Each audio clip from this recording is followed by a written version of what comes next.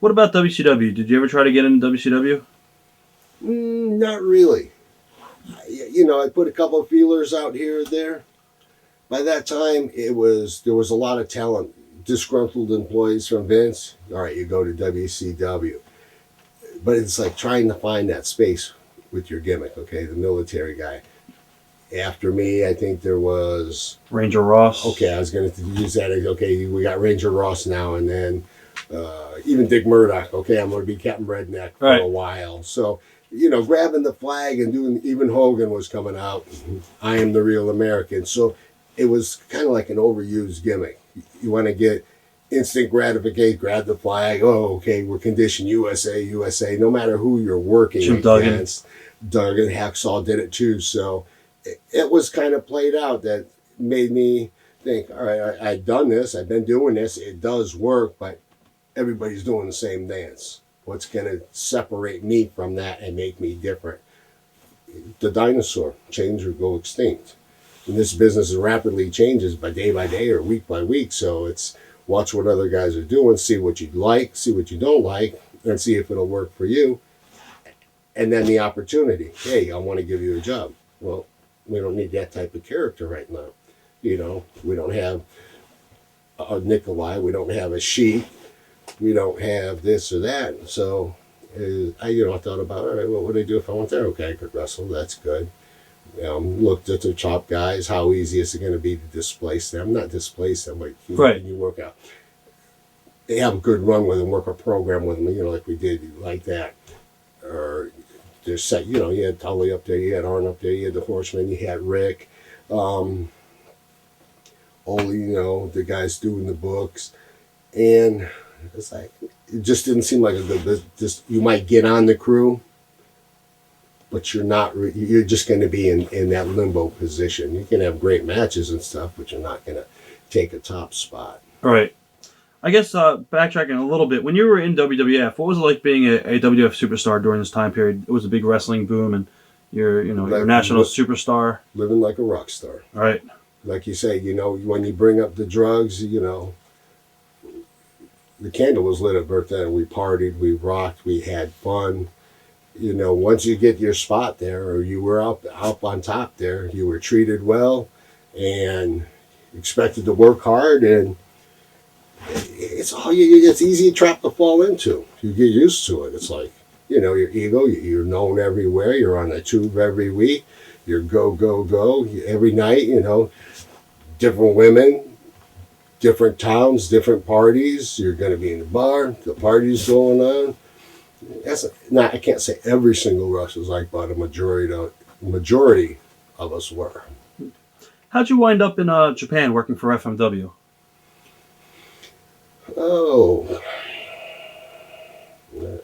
it's not a hard question. Well, the first time I went to Japan, I had, like I said, I left. I've been through Calgary, and then I went to Oregon and quit there. And then I was putting those feelers out, like said WCW, seeing what they're doing there. I'd heard talk about Japan. I did an independent show, and Bobby Orton was on the card.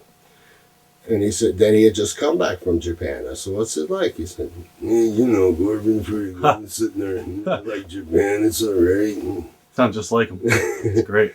I said, well, I like it, Bobby. Yeah, you do good there. So anyway. That's awesome. I said, he gave me a number to New Japan booking agent. She spoke English and Japanese, of course. And I said, I'd be interested in coming over to your company if he'd have me, and give her a full resume. I worked for WWF for a few years and worked in Stampede and this and that. And she said, okay. I sent her some pictures and, some credential stuff and some tapes, and he gave me a call back. A couple of weeks, and said, would you be interested in going to Japan for a month, for New Japan? I said, yeah, absolutely. So I went for my first trip over to Japan for New Japan, did well, had a good spot there and did well. You're gaijin, you're going to put over their top guys, but they're bringing you in and you're working on top rather than limbo. Japanese style, my first time over there was like, communication was different. The matches are different. The crowd psychology is different. Yeah. You know, it was the changing time. There was in Japan, you do 10 high spots in a row. They go, and then they sit there like this, and they watch. Okay, what are you going to do next? Wasn't the enthusiasm that you used to. Oh, I'm walking out. Everybody knows like, you know, you're here or USA. You know, they took it like more serious and discourage you. You know, don't be coming out there yelling at people and doing things like that. That's me. That's what I want to do. Right. But I saw how strict and disciplined it was.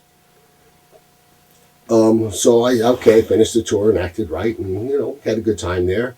Went over, I don't know, about two months later, called me back. Hey, would you do like a 6-week tour? Went over there and did the 6-week tour, and you know, it was good work. Same thing, and I didn't hear anything from them for a while. So there was other companies. One of my buddies, Ricky Santana. I don't know if he's still up in the New York office or not. I don't think so. I know.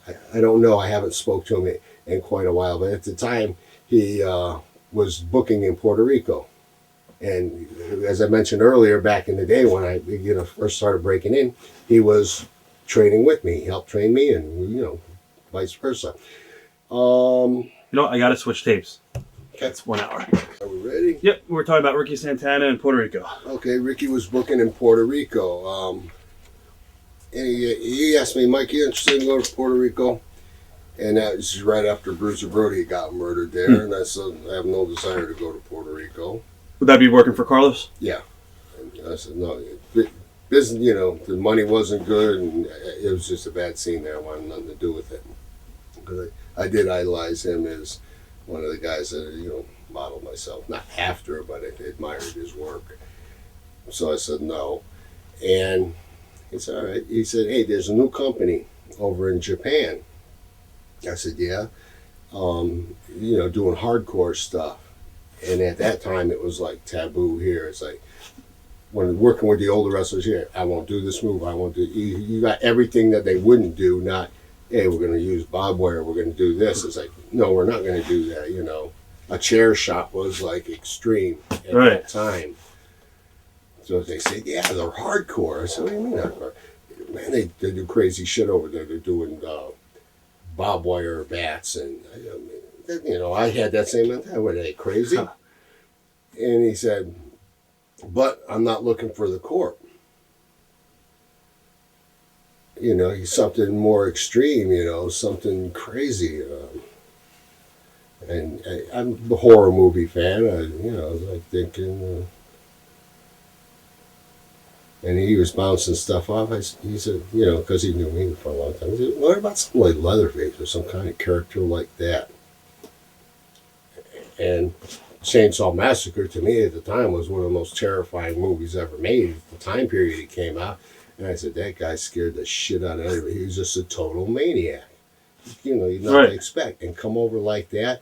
And then wham, it's like the sun rose. Alarms went off. It was like, I knew how Japan was, and they wanted you to sit here like this and to come out with a character like that, so disorderly, crazy, anything would go. I said, hey, bro, I think we got something here.